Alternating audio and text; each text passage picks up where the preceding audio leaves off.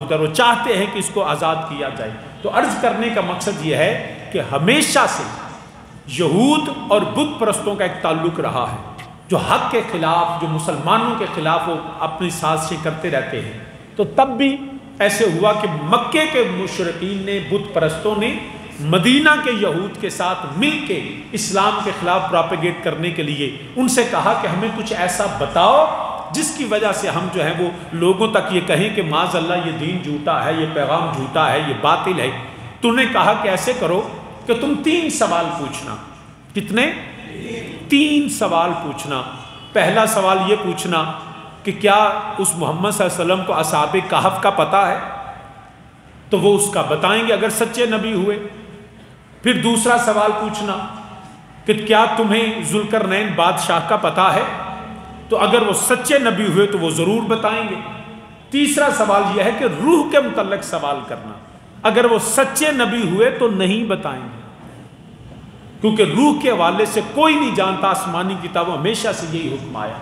اگر جھوٹا جو ہوتا ہے نا وہ اپنے پاس سے کوئی نہ کوئی بات بنا لیتا ہے، سچا جو ہے وہ جب تک اس کو سچ کا یقین نہ ہو وہ آگے بات کرتے ہی نہیں۔ آج بھی جھوٹے جو ہیں آپ دیکھیں کہ وہ اپنی طرف سے باتیں بناتے ہیں، یہی جھوٹوں کی نشانی ہوتی ہے کہ اپنے فرضی قصے، فرضی کہانیاں، فرضی باتیں بنا دیتے ہیں۔ تو یہودیوں نے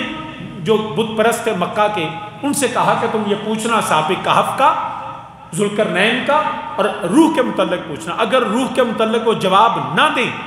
اور دونوں کے متعلق جواب دیں تو پھر سمجھ لینا کہ اللہ کے سچے نبی ہیں، اللہ کے سچے نبی ہیں۔ تو اگر وہ روح کے متعلق بھی بتا دیں اور پہلے دونوں کا کہیں کہ مجھے نہیں پتا، یا کوئی ایسی بات بتائیں پھر ہم سے شیئر کرنا، تو پھر تو ہم تمہیں بتائیں گے فردر بھی۔ تو برادران اسلام، ہوا یہ کہ مکے کے جو چودھری تھے، سردار تھے، کفاران مکہ تھے، مشرکین مکہ تھے، قریش مکہ جو نبی کے دشمن تھے، وہ سارے پورے ایک ڈیلیگیٹ لے کے، وفد لے کے کریم آقا علیہ الصلوۃ والسلام کی بارگاہ میں پہنچے اور آ کے کہا محمد صلی اللہ علیہ وسلم آپ اتنی دین کی تبلیغ کرتے ہیں، اتنے اسلام کی بات کرتے ہیں، ہم آپ سے کچھ سوال پوچھنا چاہتے ہیں، تو کیا آپ ہمیں بتائیں گے؟ میرے نبی دو عالم صلی اللہ علیہ وسلم نے فرمایا پوچھو۔ کہنے لگے بتاؤ کہ اصحاب کہف کا کیا قصہ ہے اور وہ کون ہیں، کتنے ہیں، ان کی ساری حقیقت ہمیں بتاؤ۔ دوسرا انہوں نے کہا کہ بتاؤ کہ ذوالقرنین بادشاہ جو تھا وہ کیا تھا، کون تھا، اس کی کیا حیثیت تھی، کس طرح اس کے متعلق سوال، اور تیسرا روح کے متعلق بتاؤ۔ جب انہوں نے سوال کیے تو کریم آقا علیہ الصلوۃ والسلام نے فرمایا کل آنا، میں تمہیں کل بتاؤں گا، کل آنا، میں تمہیں کل بتاؤں گا۔ جب آپ نے یہ فرمایا تو انتظار یہ تھا کہ اب میں اپنے اللہ سے عرض کیا ہے، اللہ سے عرض کروں گا، میرا اللہ جو ہے، کیونکہ میرا نبی نے کیوں کہا کہ کل بتاؤں گا، کیونکہ میرا نبی اللہ کا سچا نبی ہے۔ جھوٹے اپنی طرف سے باتیں بنا لیتے ہیں اور جس کو نہیں پتا ہوتا وہ بھی بات کہہ دیتے ہیں جی، بلکہ جو جاہل لوگ ہوتے ہیں نا وہ اپنی طرف سے کہ جی ہاں ٹھیک ہے، یہ ہے، یہ ہے، یہ ہے، یہ ہے، اپنی طرف سے قصے، کہانی اور باتیں شروع کر دیتے ہیں۔ آج بدقسمتی یہ ہے کہ آج کوئی بھی دینی مسئلہ پوچھیں، کوئی بھی جو ہے وہ شرعی مسئلہ پوچھیں تو ایک عام وہ فتویٰ کسی دارالعلوم سے نہیں آتا، وہ کوئی سکہ مفتی صاحب نہیں دیتے، کوئی عالم دین سے نہیں پوچھتے، ہر رستے والا، ٹانگے والا، ریڑی والا، دکان والا وہ دین کے معاملے کوئی نہ کوئی بات ضرور بتا دیتا، اور وہ ساری کی ساری دین کے خلاف ہوتی ہے۔ اور خدا کے بندوں، کس نے کہا تمہیں کہ تم عالم ہو؟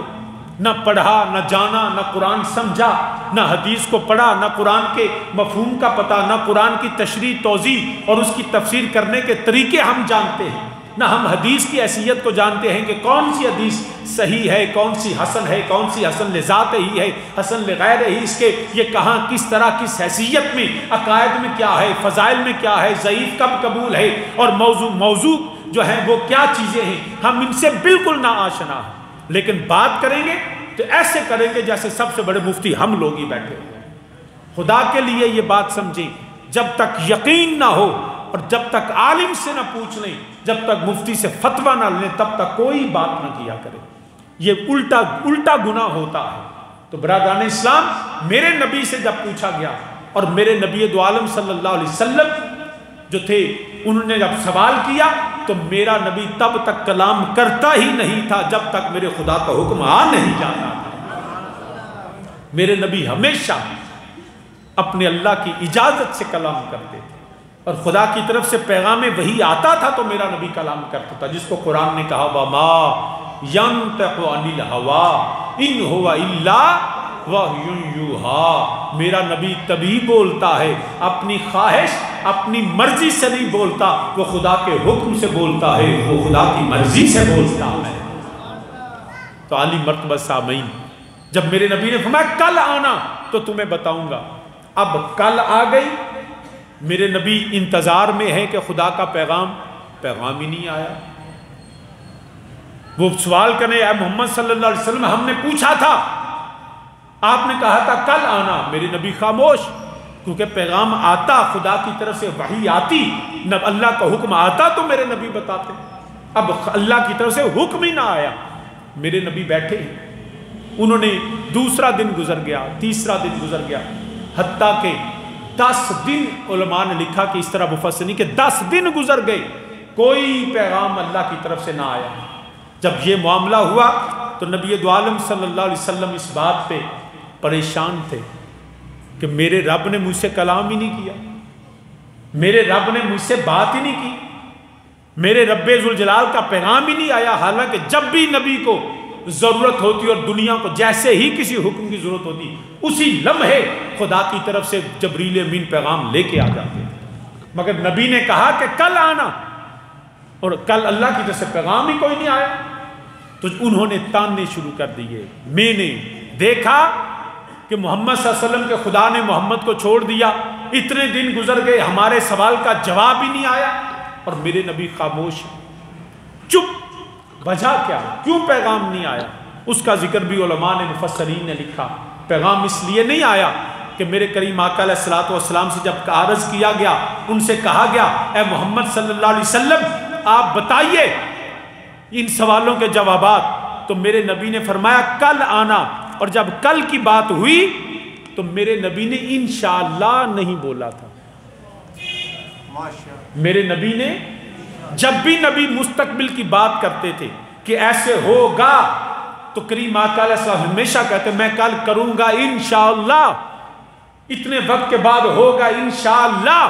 نبی جب بھی کلام کرتے تھے تو انشاءاللہ بولتے تھے، لیکن آج نبی نے نہیں بولا، اور یہ یاد رکھیے اس وجہ سے اللہ کا کلام رک گیا۔ ایک شان نزول یہ ہے کہ خدا کی طرف سے پیغام ہی کوئی نہیں آیا، کوئی حکم نہ آیا، کیوں نہ آیا؟